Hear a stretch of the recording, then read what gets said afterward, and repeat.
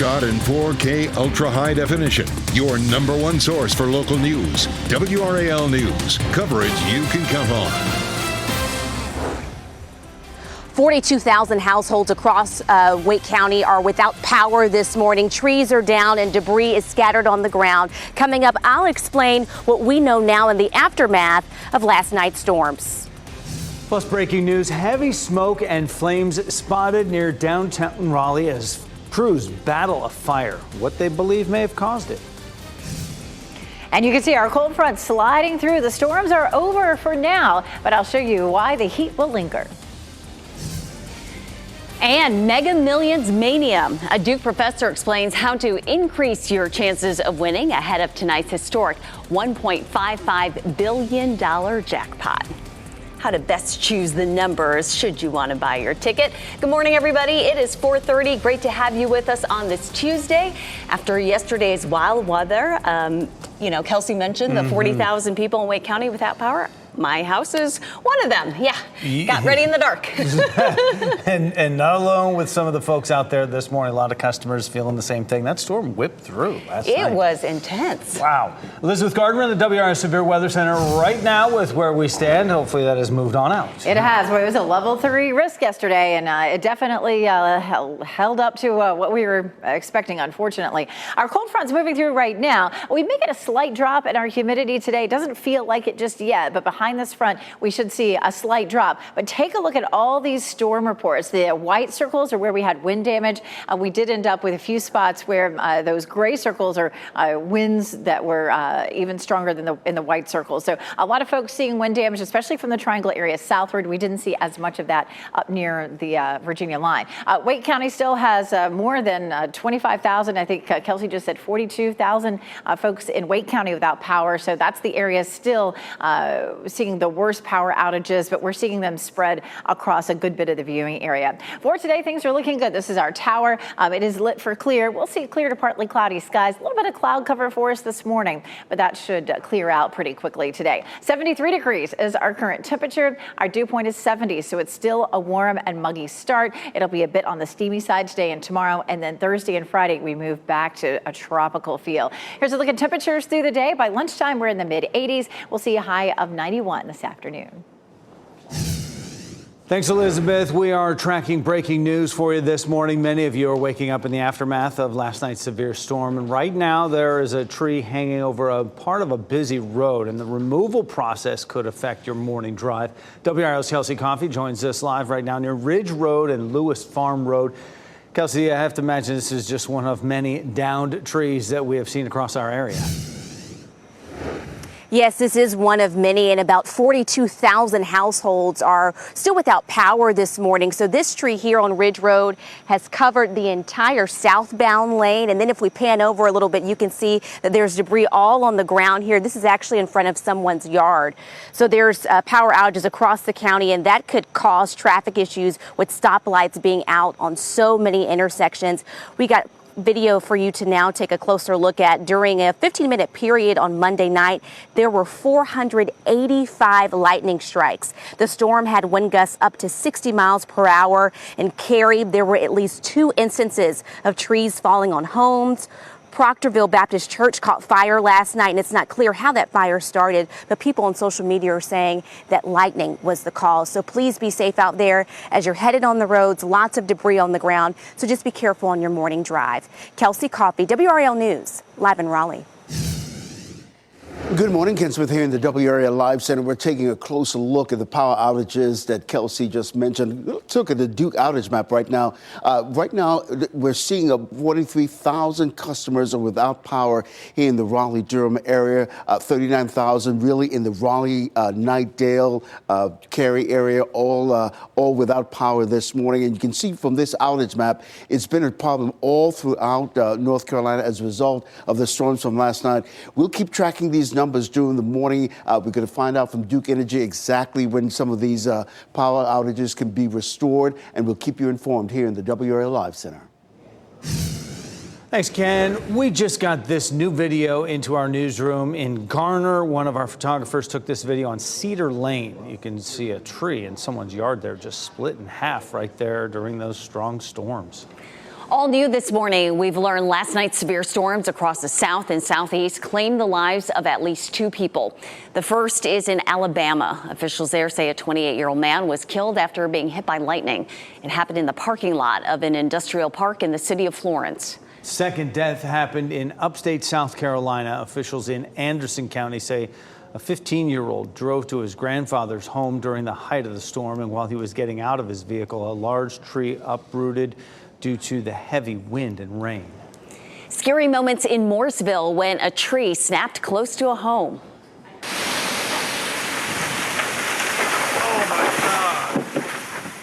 Oh my God. And down it goes. This video was taken by Tyson Winter. You can see the force of the wind pushing those trees around until one eventually broke. In Raleigh, a massive tree came crashing down onto the side of an apartment building, and this is what it looked like afterwards. The Brighthurst neighborhood pool this morning. You can see the extensive damage from last night's storms. WRAL spoke to a man who says he and his wife were sitting outside when that tree snapped within seconds. We jumped inside real quick, and we were lucky that nothing came into our patio, but our patio is completely walled in with limbs and trees right now.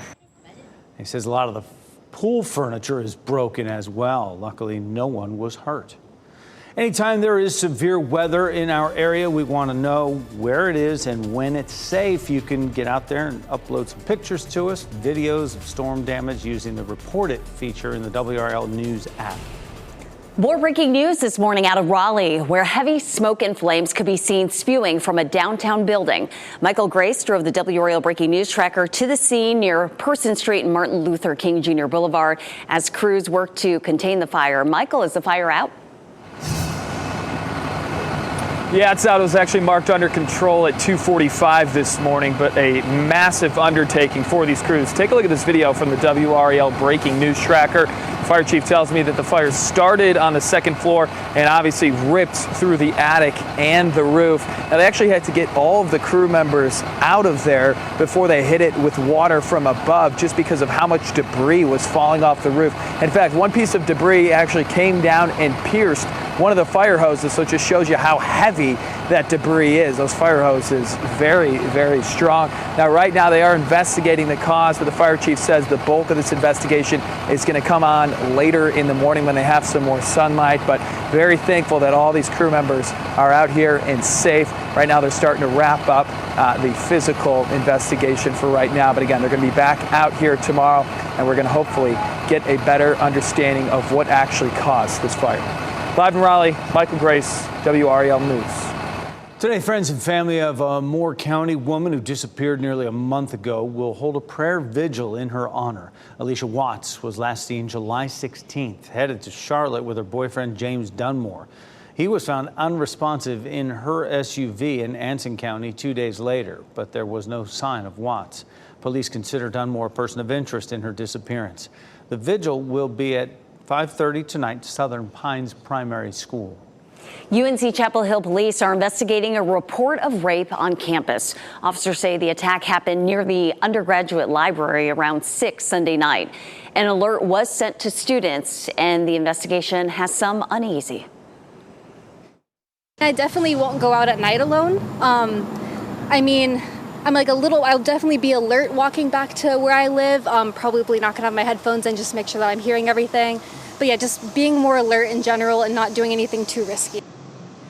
Police are looking for a man who is about 5'7" and was last seen wearing a blue shirt and shorts. Anyone with information should call UNC Police. Today, a ceremony will be held to celebrate the completion of the Day Resource Center in Fayetteville. City leaders will hold a passing of the keys ceremony this morning at 9:30. The Day Resource Center brings homeless service providers together under one roof to make it easier for people to receive help. Happening today, minority business leaders will get together in Pinehurst for day 2 of an executive networking conference in Pinehurst. The National Institute for Minority Economic Development is hosting the conference and golf tournament. Today, Governor Roy Cooper will be the keynote speaker at noon. Business leaders kicked off the conference yesterday with remarks from Congresswoman Valerie Foushee and North Carolina Secretary of State Elaine Marshall. This conference is a way for business execs to build relationships and to market opportunities. It's a record on the line tonight, $1.55 billion. That's the Mega Millions jackpot. It's the largest jackpot in this game's history, third largest jackpot overall ever. 2 Powerball jackpots have been larger. The largest was over $2 billion. The record-setting Mega Millions jackpot has been months in the making, no one being able to match all the numbers since mid-April. A Duke University professor explains how to increase your chances of winning. Don't pick numbers. If you pick birthdays, you're not going to go over 31. And if you pick months, you're not going to go over 12. Even the worst thing to do is to take the diagonal or the top line or something like that. All right, let the computer do it. He says winning this jackpot is 300 times less likely than being struck by lightning. If you do win the lottery, we have a guide for what you should and should not do on WRAL.com. Tonight's drawing will be live right here on WRAL at 11 p.m.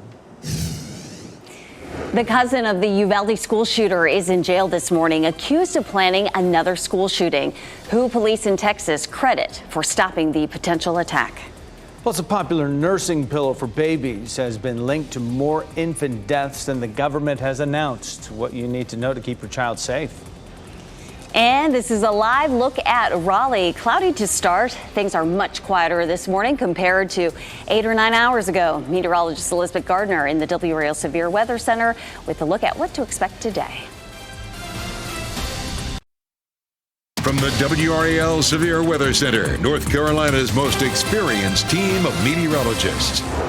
It is 4:44 and the storms have moved out. We're starting to dry things out. We take a live look at Sanford this morning. Looks like there's a little bit of cloud cover that we'll deal with first thing this morning, but for the most part, it'll be a quiet, very typical summer day. It's going to be warm, a little on the muggy side. Temperatures climb up to around 90, but of course that keeps us out of heat advisory today. 72 in Lewisburg and Southern Pines, 74 in Fayetteville, 72 in Irwin and South Hills, 73 in Rocky Mount and Wilson. So pretty typical start for us. So walking the dog out there, no surprises. You might still run into a few puddles, but it really does look like on our cameras that things are drying out pretty nicely. Around lunchtime, temperatures will be in the mid 80s. We climb to 91. If you're walking the dog this evening after work, temperatures will be in the upper 80s under partly cloudy skies. All new this morning, a teenager who is related to the Uvalde school mass shooter is in jail after being accused of threatening to, quote, do the same thing. Police in San Antonio say they arrested 17-year-old Nathan Cruz on Monday.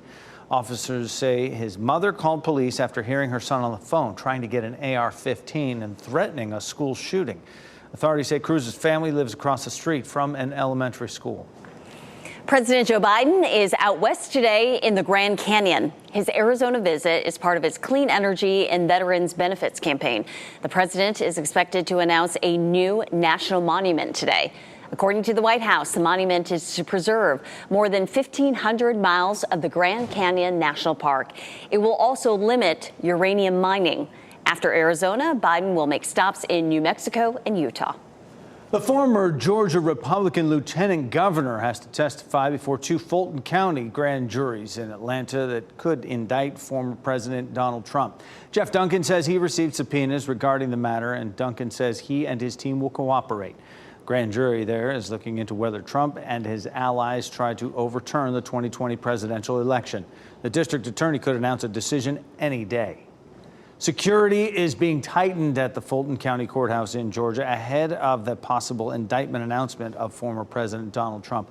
The road in front of the building has been closed to traffic, and orange barricades and metal barriers line the street. Fulton County District Attorney Fonnie Willis recently hinted that any indictment would be before August 18th.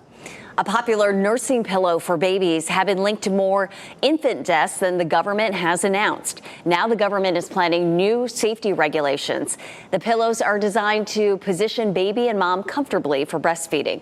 An NBC News investigation found more than 160 babies have died in incidents involving these nursing pillows since 2007, most commonly when these pillows were used as sleeping devices or to prop babies up. Researchers found nursing pillows that were firmer with more defined edges were safer. Kia is recalling more of its cars because of possibility of catching on fire. 5 on your side found it involves newer Kia Niro and Niro plug-in hybrid models. Fluid can leak onto a circuit board and start a fire in the engine compartment. Letters about the recall and the free repair will go out to owners by the end of September. Last week, we told you about a warning to Hyundai and Kia owners to park outside because of a fire risk. The Orange County Rape Crisis Center has announced major staffing cutbacks. In a letter to supporters on Friday, the center announced plans to cut staff by 50% in the coming year. It will also cut back on or completely get rid of many of its programs. The executive director, Rachel Valentine, says the current budget crunch may be the largest in the center's entire history. She wrote that in the 14 years she's worked with the agency, she has never seen a challenge so steep. New research found a surprising reason to explain why more people around the world are becoming resistant to antibiotics. Scientists say air pollution may be to blame. They studied a type of pollutant and antibiotic resistance in 166 countries and found the more pollution in the air, the higher the level of antibiotic resistance.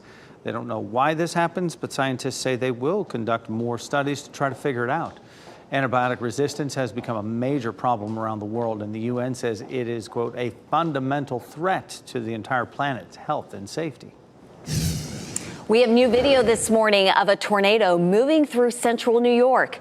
This happened yesterday as that severe storm system moved across the U.S. and along the East Coast. The twister is believed to have touched down near the town of Munnsville. So far, there have been no reports of any injuries.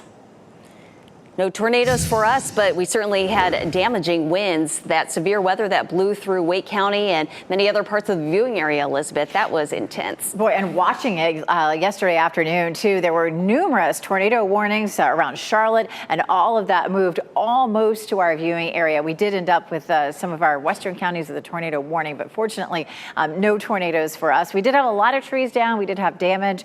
Yesterday we were talking about the fact that, even if it's just straight line winds, can cause a lot of damage, trees down. Here's a look at where our front is right now. This front's going to continue to slide eastward. All the storms are over, so they're not going to be any more storms along this front, at least not in our viewing area. And here's a look at the storm reports. We had a wind gust there at RDU up to 46 miles per hour and down in Fayetteville officially 58 miles per hour. But certainly there could have been some other spots in between where we had winds that were gusting a little higher. And you can see most of the storm reports. Now, all those white circles are where people reported damage. And so this is where we had trees down, and most of our counties just not quite up around the Virginia line. It just wasn't quite as strong there. Here's a look, of course, at our power outage map. Still, Wake County has tens of thousands of people without power this morning, and you can see the rest of those clustered, especially say just northwest of Raleigh and back down toward the Sand Hills. So again, a lot of folks dealing without power this morning. Zebulon, live look here. They've got their sprinklers on. We did see some rain yesterday, but it was a fairly fast-moving system. So just because we saw some rain yesterday doesn't mean that your yard's not going to be thirsty again in the next couple of days. 73 is our temperature. Our dew point sitting at 70, so it's still warm and sticky this morning, and it will still feel like summer today. Looking at a high of 91 in Raleigh, 90 in Durham, and 95 in Fayetteville. We don't have a heat advisory, but it's definitely going to be on the warm side. We take a look at the Bulls games. Looking at 86 degrees for today and 87 tomorrow at 6:30 as the Durham Bulls throw out the first pitch. It won't be too bad, and it does look like it's going to be nice and dry for the next couple of days. A good chunk of the country is going to see some cooler temperatures behind this front. For us, you can see we stay in the yellow, which is going to keep us just a degree or two above normal as we get through the next few days. Our dew point's way up there at 70, so it's feeling tropical for us right now. We do have the potential for above normal temperatures, at least for the next week or so. Now, it doesn't mean that it's going to be way above normal, but it does look like we see our temperatures climbing closer to the weekend. Thursday is going to bring us our next best chance of thunderstorms, and I'll walk you through that coming up on Futurecast. Thanks, Elizabeth. Here's a stunt. Looks like it's straight out of a movie. Coming up next, the dramatic moments caught on camera here. A pair of deputies pulls off a daring move here, trying to stop a runaway boat.